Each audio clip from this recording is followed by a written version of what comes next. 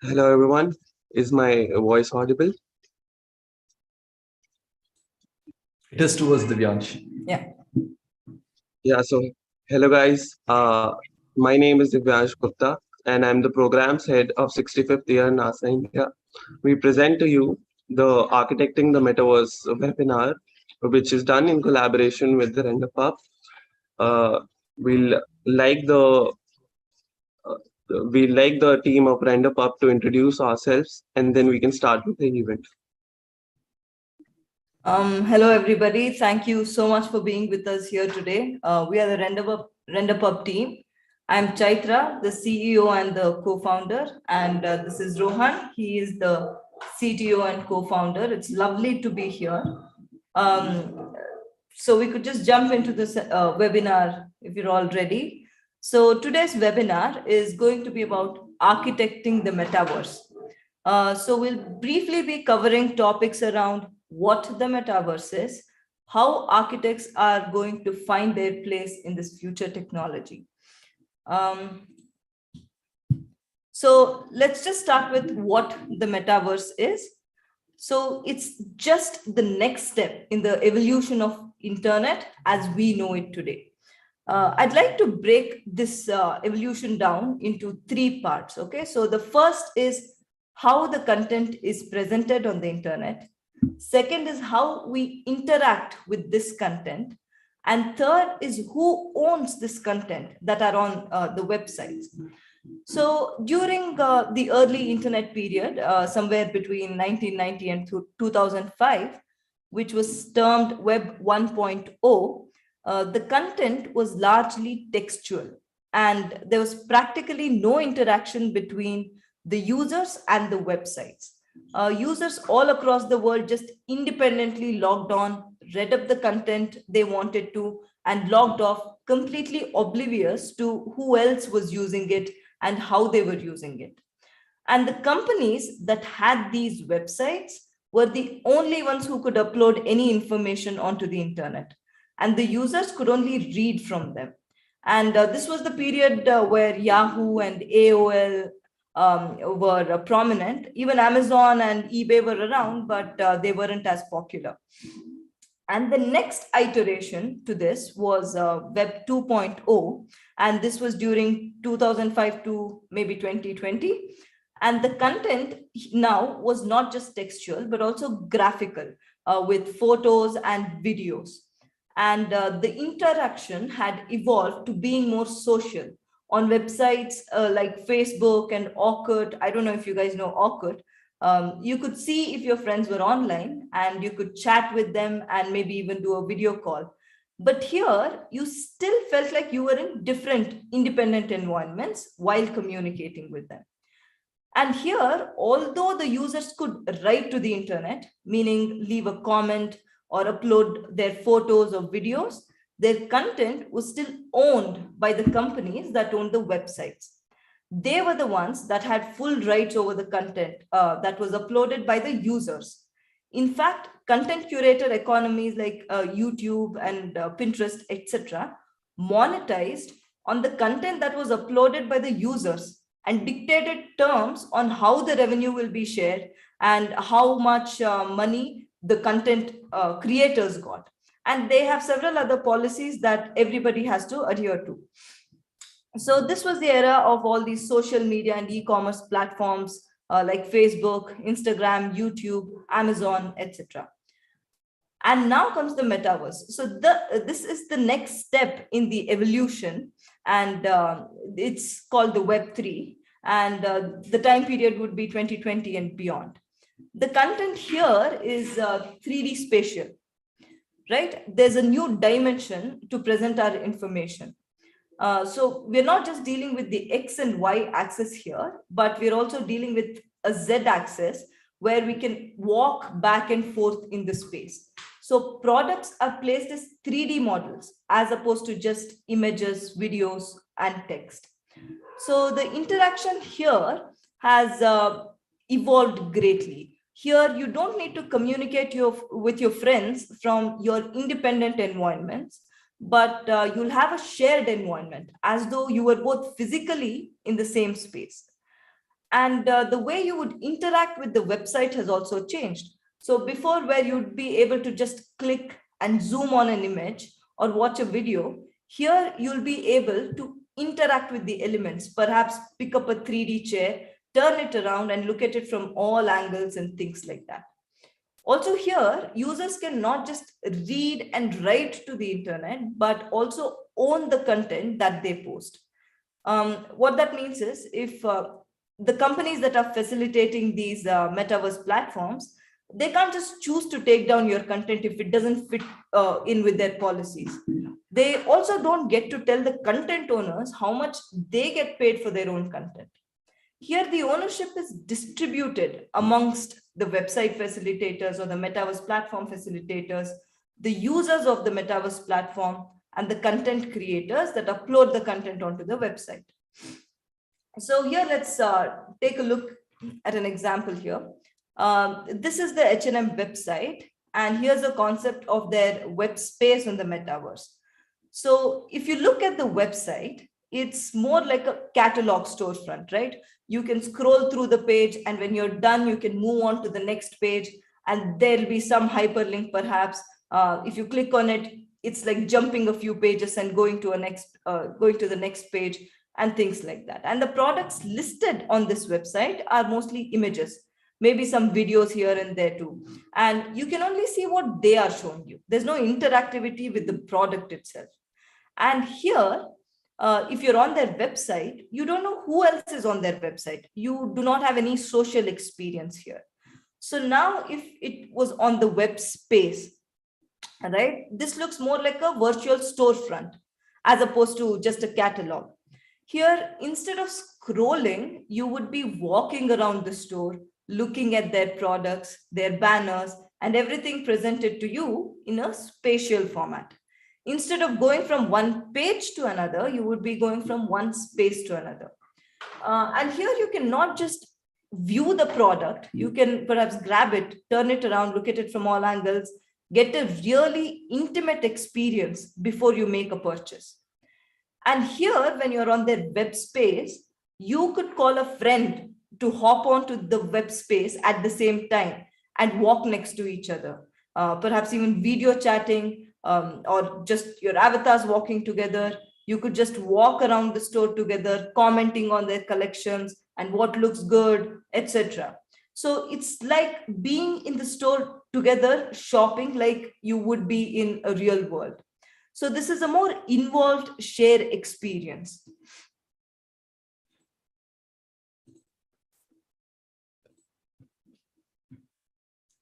So let's get into what the role of architects is in the metaverse. So let me start off by quoting Patrick Schumacher. You all might know him. He's the principal architect of Zaha Hadid Architects, and he's a huge metaverse fan. He says about the metaverse that architects will be at the forefront of this new digital space, not the graphic or video game designers. And you can see why he'd say that. Because creating 3D spaces is something that architects naturally fit into. For ages and ages, architects have been defining users' interactions with their spaces. And to do that digitally is just a natural extension of that practice. In fact, 46% of all 3D content now was either designed by architectural designers, The rest of it was created by game designers. But right now, game designers have a slight upper hand in designing the metaverse. But that's all about to change, because architects have a huge role to play in the metaverse. And companies like ourselves are building tools and platforms to enable that very situation. And the role of architects is also going to evolve along with the technology here. Now, largely, architects are just operating as consultants to clients. They do design, project management, and some liaising work with builders and other stakeholders. And that's about it. But what the metaverse is going to do is it's going to open up for these architects. So you can transform from being just a consultant to your client to being a content creator. So what that means is your audiences are no longer your clients, but your designs will be viewed all across the world by anyone that's interested in design and architecture. And another major role would be to catering to evolving business requirements. Um, all the brands will want a virtual storefront, and I'm not just talking about retail industries, even universities and vendors, etc. Everybody who has a website right now will want a virtual storefront on the metaverse. And architects with their knowledge about layouts and fixtures and traffic flow and so many more things will be designing these spaces digitally. So how can architects monetize, right, for their time and efforts on the metaverse? Firstly, they can create paid experiences, like a movie theater maybe. You know how Netflix party feature where you and all of your friends can all watch the movie at the same time. It synchronizes the video. Yeah, so that feature is there because human beings are basically social animals. We love doing things together. So here you'd have a proper movie going experience, even if you're sitting at your home in your pajamas. You could watch the movie here, turn around, you could see your friend, you could pass snarky comments, have a laugh, and do all of those things here in your virtual movie theater. Or you could create, say, therapeutic centers where people with some sort of trauma or people just need to get away from it all for a while could come hang out and meditate and feel better, like Zen gardens. Because places are very powerful, which is why the tourism industry works, which is why people go to temples and other places of worship, because places have the power to evoke emotions and make you feel things. Or you could create social clubs, like maybe for basketball fans or fans of a certain TV show. You could present all sorts of artifacts and souvenirs in these places, and even have maybe a quiz night in this themed space, and generally have thematic places like that. Or you could host virtual events. There's several concerts that have been done in the metaverse. Travis Scott, I think, has done it. Weekend has done it. This is a snapshot of Weekend's metaverse concert. And I think Justin Bieber also has done it. And there have been weddings. There have been Indian weddings on the metaverse. So there's really so much happening right now on the metaverse, and you guys could create these virtual stages or venues for all of these things. So your imagination really is the only limit here. And the second broad category would be to sell your 3D content. So here you could sell your designs as 3D spaces. So you could go on creating any number and any variety of designs and really build your brand quickly. Or you could just break the rules a little bit and create environments for gaming environments. A lot of these game studios spend hundreds of millions of dollars to create their gaming environments. And it takes a lot of time too, years and years. But if all of these architectural models are available, they could just go on shopping for these spaces that fit their gaming environments and just be able to purchase them off the rack. And they could use those to create composite gaming environments. Or you could build university campuses or spaces even for private tutors. In fact, we've had like a university, a stone vendor, and a luxury furniture manufacturer. All of them are from Bangalore. They have multiple locations also. But they've all called us and they said, we want to be the first ones on the metaverse. So it's just an indication of the interest that has been generated in this field. And also there are several architectural structures. So if you're talking about digital twins, you could create those. So these are architectural structures that have a lot of sentimental value to people that maybe lost these structures due to natural or man-made calamities. So immortalizing these architectural structures digitally would mean a lot to them. For example, with the Russia and the Ukraine war going on and all that, there are so many buildings in Kiev which were just destroyed mindlessly. And if you were to build a digital twin of these buildings, it would generate a lot of interest and a lot of funds too. And you could donate some of these sales proceeds towards the victims, and you could do many, many more meaningful things like that. And the third category is influencing products. So no one is new to this category. You all know how social media influencing works. And I think for influencing in architectural domain, mostly the websites that I use now are Pinterest and House and YouTube. And it's the same concept here, but this would all be in 3D.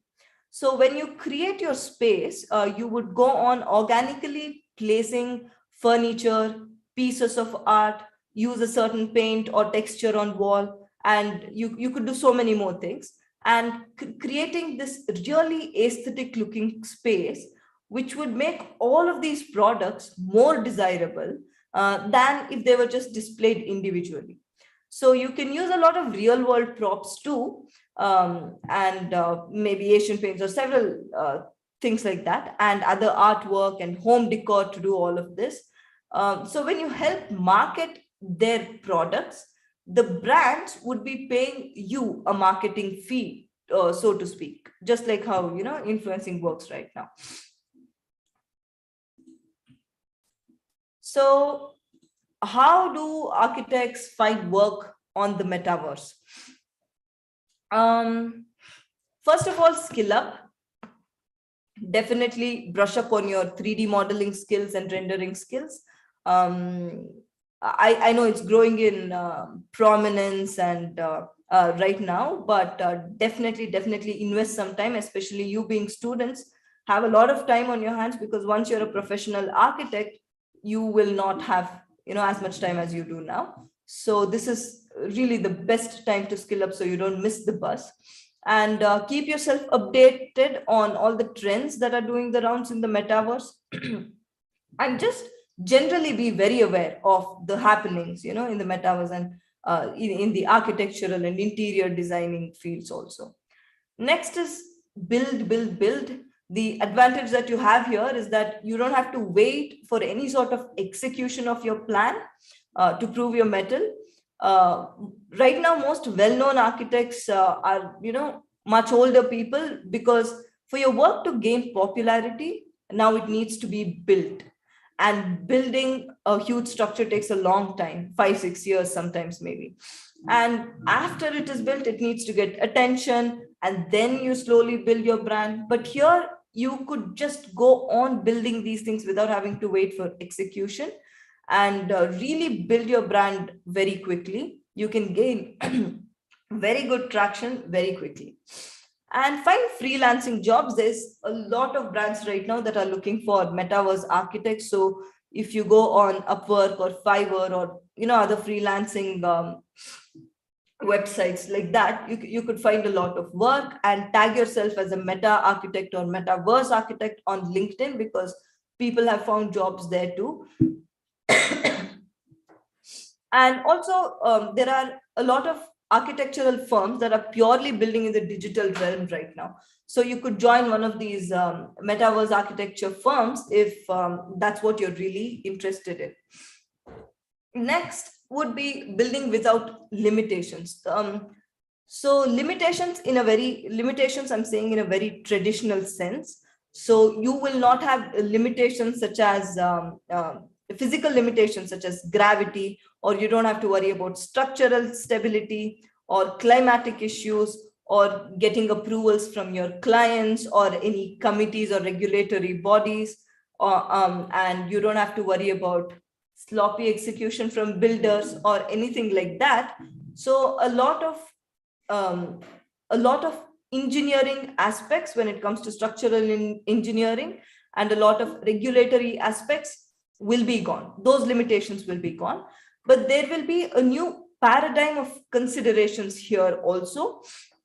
So it's a slight shift in your mindset as an architect. So here you will have to worry about polygon counts of your digital structure, or the texture resolutions, or the number of people that can be hosted on this space, or the network bandwidth, and the target user devices and things like that. So there's a lot of videos online also. We'll also be posting a continuous stream of tutorials to help you navigate through all of this.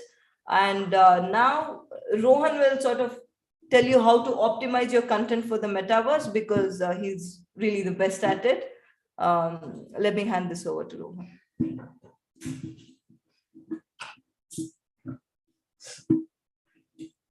Hello guys, just give me a second here to set myself up.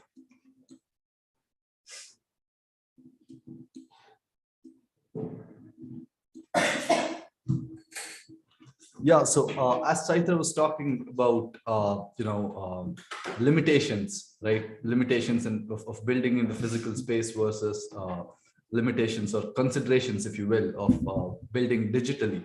I'm going to address a few of those here and talk about how you can go about optimizing your 3D content for the metaverse.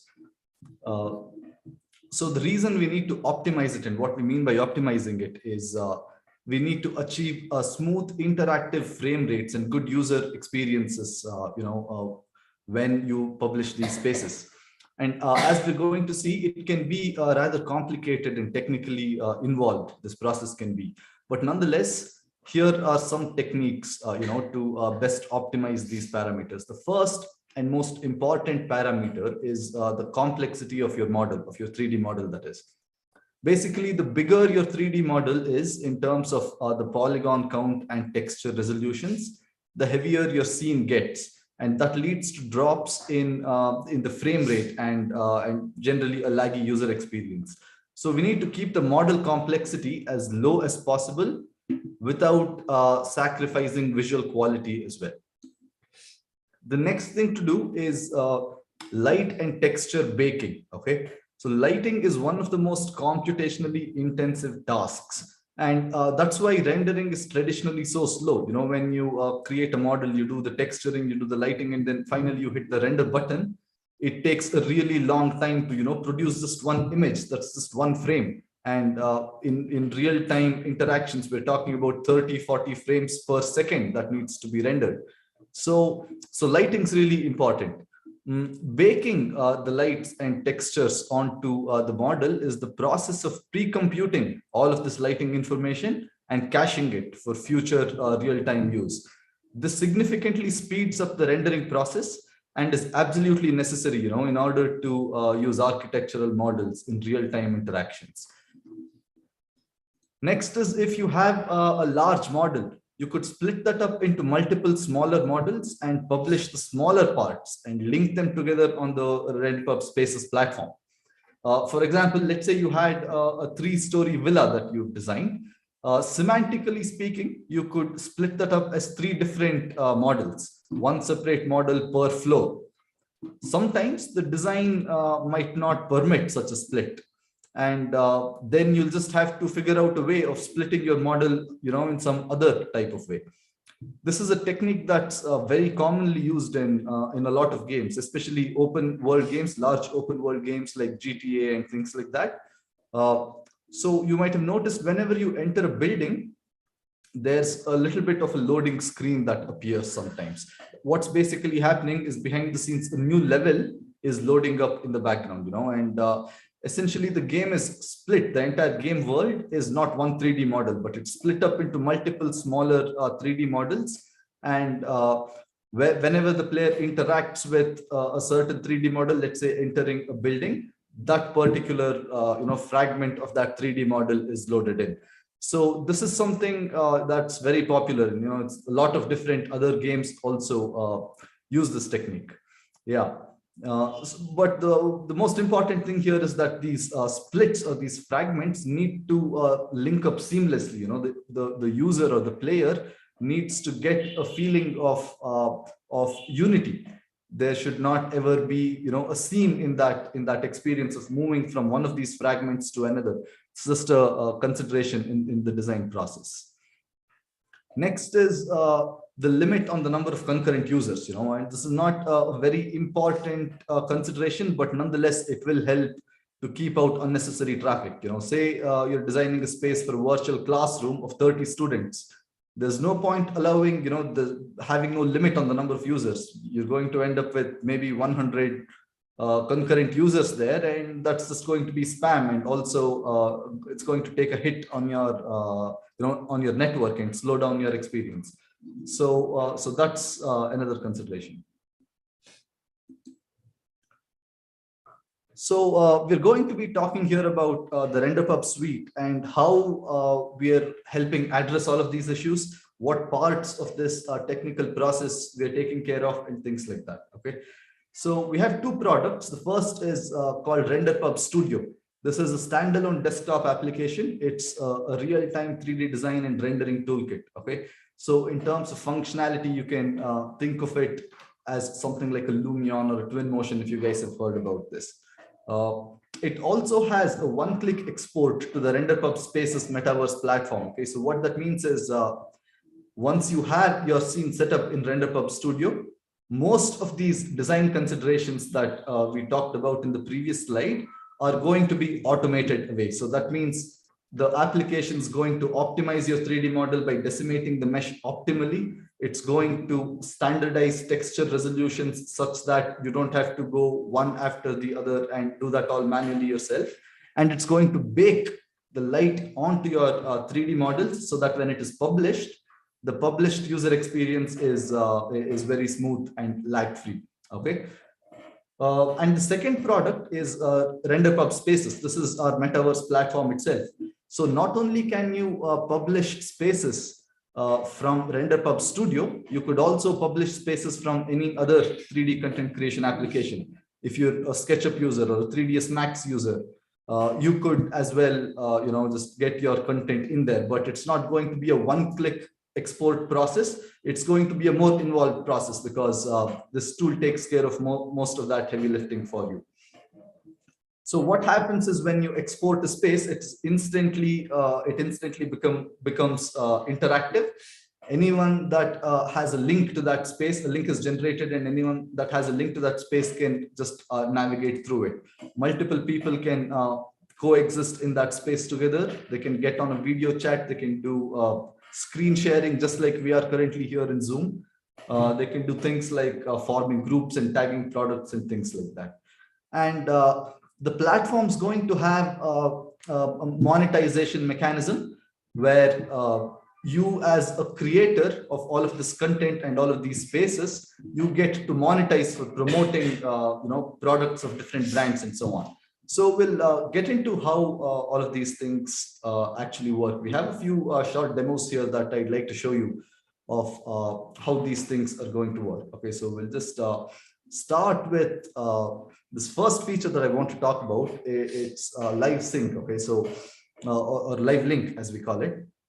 RenderPub Studio in the first version is going to have texturing and real-time rendering capabilities and lots of other useful features which we'll go into in a moment.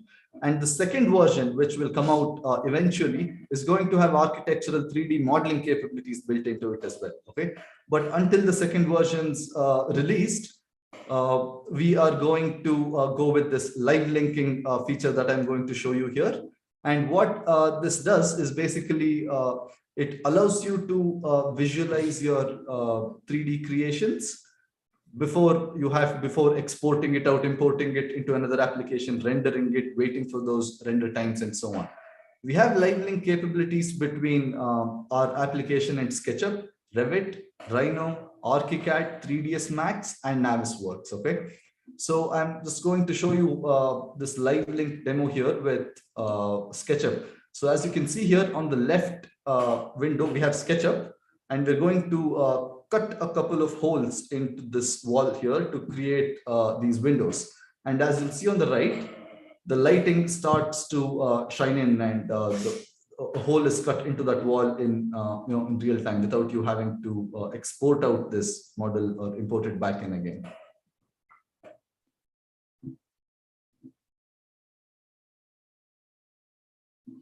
So so that was live sync. Right.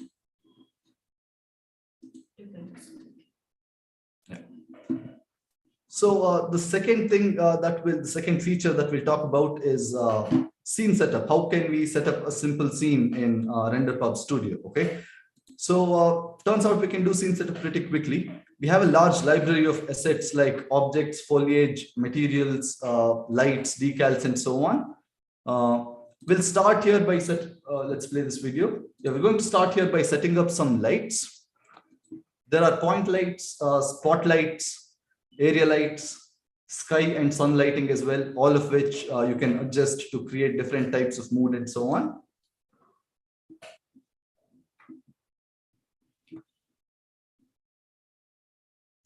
And there's a huge asset library that's built into the application. As you can see, we're going to just drag and drop objects into the scene and rotate and place them however you want, and also use the snapping to snap to the ground.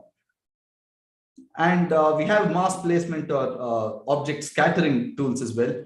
You can draw paths or closed loops like this and instantly populate a large number of objects according to some preset parameters.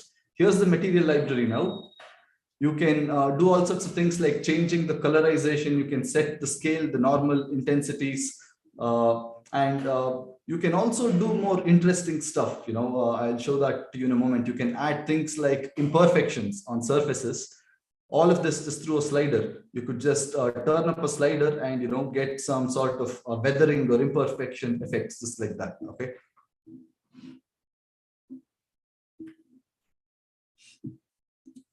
If another interesting thing about this was that if you noticed those libraries, right, those object libraries and the material libraries, they had real world assets in there. That was the IKEA product library, and that was the HMG stones and granites library. So that's a very powerful feature right there. This comes right within your application, right? So what you could potentially do is take those real world props, place that in your 3D models, publish them, and then you get monetized for promoting all of these different brands.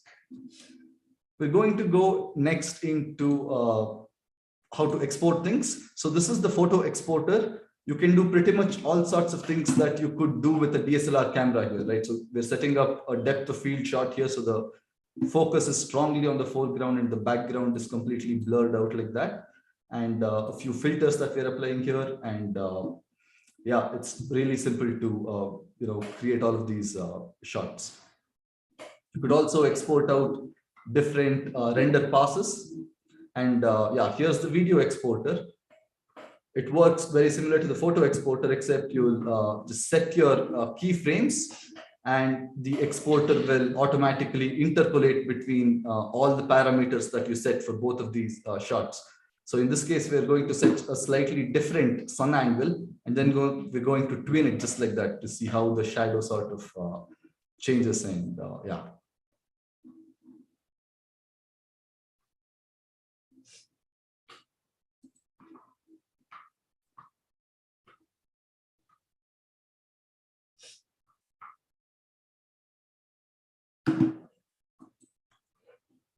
The next demo that we'd like to show you is how you can tag objects and export entire scenes to RenderPub spaces. Okay, so here we're going to tag this chair over here. We're going to tag it as a pillow armchair by IKEA, and then we're going to export this entire scene out to RenderPub spaces. And now once it's exported, you'll see that this space is made interactive on the browser. Here it is. So now we are exploring and walking around in the space in the browser, and there's the chair that we had tagged. A user can potentially go to the product buy page itself.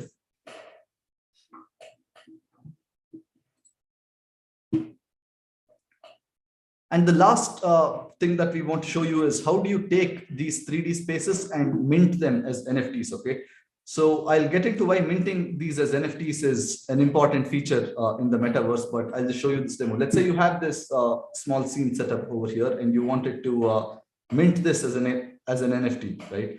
So it's the same process. You basically tag objects that you want to, and you hit the mint as NFT button, and then you hit export, right? So automatically, once you mint this as an NFT, it's going to be available on OpenSea. OpenSea is a very popular NFT marketplace. So you'll see here, it's this same model that we minted there. It gets automatically made available on the marketplace. Now, it wasn't shown in this video here, but in order to mint your spaces as NFTs, you'll first need an Ethereum wallet, okay? There are many good options available, and it is free for anyone to get a wallet. One of the most popular wallets is called MetaMask. You can download it and set it up really quickly in like maybe under 10 minutes or so. And it gets installed as a web browser, or as a web as an extension to your web browser. And it'll allow you to hold on to your NFTs and other crypto assets that you may have. There are a ton of videos on YouTube that will take you through the process, and explain in greater detail everything you need to know about these things. I recommend, all of you watch a tutorial and, take the time to set up a MetaMask wallet, even if you, don't plan on using that anytime in the near future. So maybe go over what NFT is. I seem to have skipped some.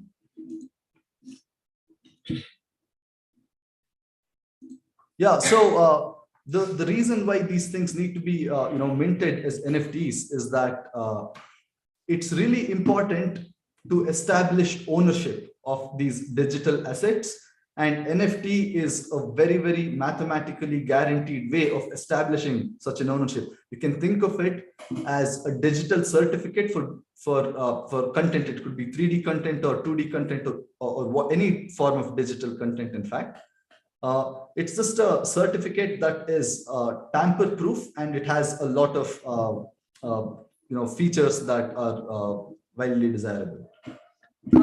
So if you see here in this web space, right, the H&M web space that I was talking about, the storefront itself could be designed by someone, and each of these products inside, there's several clothes, there are banners and shoes and handbags, etc. So each of these little products could be designed by other people, and so to establish ownership of who created what, there is a smart contract. It's like a signature that is on the product saying this is who created it. So if any interest is being generated because of this person's creation, then he gets a little bit of the marketing cut. So it is to establish all of those things. NFTs are very important.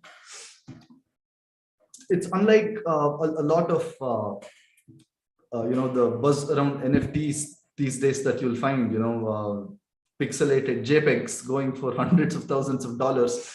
That's just a fad doing the rounds. But NFTs as the technology has a lot of very powerful real world use cases, and this surely is one of them. That's it for us, guys. Thank you so much. And we're going to open up the webinar for comments. Yeah, so I think after a very amazing presentation, everybody is booming with a lot of questions. So I see a lot of questions here in the chat box itself. I'll read it out, like few of them, and you can answer it. Sure. So one says that won't creating a digital twin require extensive documentation of a certain building and make it more resource intensive? So to create a digital twin, when we're talking about creating something for visual representation, it becomes very different from creating something for functional purposes, right? So for instance, if one were to create, let's say, a 10-story building for the purpose of it serving as memorabilia, for someone, you don't necessarily have to create all of the interior details of that building. Just the facade of that building might serve the purpose. But if the purpose was different, if the purpose was to have it be functional, then what you're saying is indeed true, that that will be, a very, intense kind of work. Okay. The next question was, which softwares can be used for design in metaverse? Can you repeat that question, Divyansh? Which softwares can be used for design in metaverse? Okay, so one could theoretically use any 3D modeling application and 3D rendering application to create content for the metaverse. But those design considerations that we previously talked about, most of those things are not going to sort of be priority or be even a feature on those softwares. So, for example, there is a Blender and 3ds Max. So the 3D modeling could be done in any of these things, and then you could bring them over to any game engines, Unity 3D and Unreal Engine, and then you could export it out. But during the process of this exporting, you need to take care of a lot of parameters that we were talking about, optimizing for the metaverse, which is very technically intense. You need to know coding and scripting, and you need to know several other techniques. You need to make your model jump through a lot of technical hoops. So the premise of what we're doing here, the RenderPub product suite, is so that you don't have to worry about the engineering part of it, that we will take care of. So you can just use the RenderPub product suite and design for the metaverse. Or if you're a little more, if you want to be involved technically a little bit more, you could use any of these products too: Blender, Unity 3D, Unreal Engine, etc. So I think the next question would be a question that everybody wants to ask. Can you suggest names of firms or companies that are hiring metaverse architects? Not off the top of our heads, I think, but we'll be happy to send over a list to Divyansh, and he can, perhaps forward it amongst all of you guys. Yeah, sure. And the last question is that, is there any learning platform for RenderPub? So I think this we have already discussed among ourselves, and we are coming up with the solution. So I hope you'll see a detailed walkthrough of how RenderPub is and how you can operate the software. So I think that in itself we already have discussed. So if there is any other question that people want to ask, they can unmute themselves and they can ask. I think there's a few in chat. Okay, so did you read them all out, Divya? Yeah. I'll read them out. There was one more. How does one access the meta web? Like, I mean, there are going to be browsers that let you browse the Web3, like we have Chrome and other stuff existing in the Web2. Excellent question. So the first thing that you need to browse, content on Web3 is a wallet. Okay. And you will not need a special purpose browser, but like I said previously, you will need that MetaMask wallet extension, and that will allow your browser, your Chrome browser or your Brave browser, to access data on the blockchain. And basically that's your gateway into all things Web3. So that's why it's very important to have a Web3 wallet installed onto your browser. Okay. And the next question is that what value can architects bring in the metaverse? Oh, like everything that the slide deck was about was exactly that. A huge deal of value. Architects bring in a huge deal of value into the metaverse, right? So for instance, one of the universities here in Bangalore, they want to be the first ones in India on the metaverse, right? And they've reached out to us saying, we want to create a virtual campus. Obviously, creating a virtual campus, the university is quite large. It's going to take a lot of manual effort. And, things like that, architects can pitch in to all of these different business requirements, earn money doing so, bring in a lot of value, a lot of their expertise into this domain. And that's really how, we envision the metaverse is going to happen. It's not going to happen, without like very active participation, from the architectural community. One question is very interesting, and I think I'll also would like to ask this question. Can people do thesis on the metaverse? Absolutely. I think it is a very ripe topic, for a research thesis. I'm assuming research thesis. I mean, is that correct? Research thesis?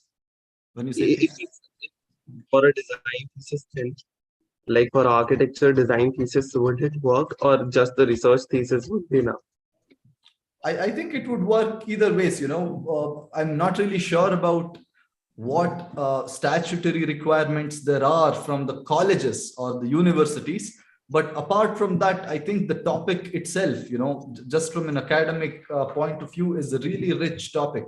And, a lot of things can be explored in this space. A lot of experiential architecture, especially. And this is actually being spearheaded by Zaha Hadid architects and big architects. So definitely there's a huge scope to conduct your theses and research on the metaverse. And this brings us to the last question. How many years do you think it would take for the metaverse to be the future of everything? I think you should tell us. I mean, you guys are the ones that will be building this out, but however fast you build it. Yeah, I guess. But yeah, so there are a lot of companies, that are very much involved in this effort. It is not, it's very much like asking, how much time before the internet takes off. It was before Google, the internet was like a really slow growing kind of a thing, but there needs to be some sort of an inflection point in any sort of new industry. And I think for the metaverse, that inflection point was when Facebook rebranded to Meta, and that really spearheaded the awareness in the general population about the metaverse. And I think it's just I think within the next 5-6 years it's going to be really mature and mainstream. And this is a question that I would personally like to ask. Like, what did inspire you guys to start a studio like RenderPub and start with the metaverse? So what was the inspiration and how you started with the whole thing? Yeah, so Rohan's father was a builder. So I actually, I was working in California, so was Rohan. I was working for Cisco and Rohan was working for Mercedes R&D. And when we came over to India, we were just helping Rohan's father out with all of these technical stuff to create renderings for his firm. And we saw that they're insanely expensive. They're just out of reach. And most of the architects or builders don't even attempt to work with these softwares because they're so complex and they're so expensive. So they sort of outsource all of this work. So the initial inspiration was to make, because we thought VR technology is almost, it's just so prevalent right now, but it's so beyond reach for Indian architects and civil engineers, so to speak. So we wanted to make it really, really accessible in terms of how easy it is to use and in terms of how expensive it is. So that was how it started off. Then we came across Metaverse and Web3 and how we could really democratize all of this and provide the tool for free, even if one were to participate on the Metaverse. So that was sort of the inspiration, because we spoke to everybody in his network and the feedback that we got was insane. And they're like, this is just life-changing for us. So that was the inspiration.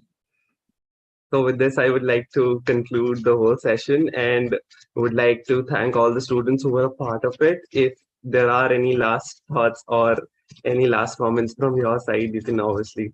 Yeah, and I'm sorry if you've missed a couple of questions in the comment section. I tried to just type out some responses, but I couldn't. So please feel free to email us. So info@renderpub.com, or even our mail IDs are out there. And we'll be very happy to answer all of your questions. And if you need us to include some content in the workshop, please mail us with those feedbacks also, because we're doing this for you guys, and whatever is most helpful to you, we'd like to do that. So just the communication lines are always open. I mean, so we want to make it as democratic as possible. Even our roadmap will be determined by what you guys like. So please always feel free to communicate with us with whatever concerns or critiques also that you might have. It's very welcome. It will help us build the product better. And it was so lovely. Thank you, Divyansh, for arranging all of this. We know how much you had to run around and arrange for everything. So really kudos to you. And lovely, having you all here. It was wonderful, really, even if it's just e-meeting. To have you all I would here also and like spend to time I with would also like to thank the team of RenderPub, and it would be great if you guys could give in your mail IDs in the chat box, because a lot of people are asking for it and they would really want to know what RenderPub is and how they can access, and for how much, if they have a student license or something of that sort. So I Yeah. think a lot of questions related to RenderPub are left unanswered, and Yeah. we would like to take it up. So you guys can give your mail IDs and they can mail you regarding this. Absolutely. Thank you guys so much. Thank you guys. This was really wonderful. Thank you, everyone.